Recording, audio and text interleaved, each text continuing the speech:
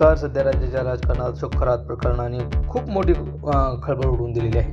या प्रकरणात राज्य महिला आयोगाच्या अध्यक्षा चाकणकरबाई यांच्यावर कारवाई झाली असली तरी प्रकाश आंबेडकर साहेबांनी आता सरकारला धारेवर धरलेले आहे. निवडकच कारवाई का, असा सवाल करत त्यांनी मुख्यमंत्री एकनाथ शिंदे आणि उपमुख्यमंत्री देवाभाऊ यांच्यावर निशाणा साधलेला आहे. कि महिला आयोग की चेयरमैन जो है उस पर कार्रवाई हुई। कुछ सरकारी अधिकारी और राजनीतिक नेता,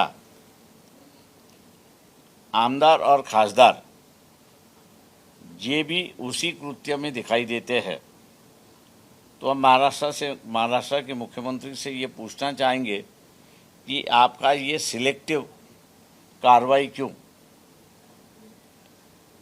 जो कार्रवाई आपने की है वो कार्रवाई अधिकारी, मंत्री और आमदार और खासदार इन पर क्यों नहीं हो रही है?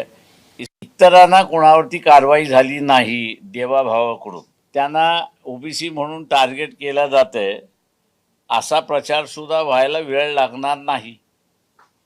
तेव्हा न्याय सगळ्यांसाठी सारखा आहे हे मुख्यमंत्र्यांनी दाखवून द्यावं।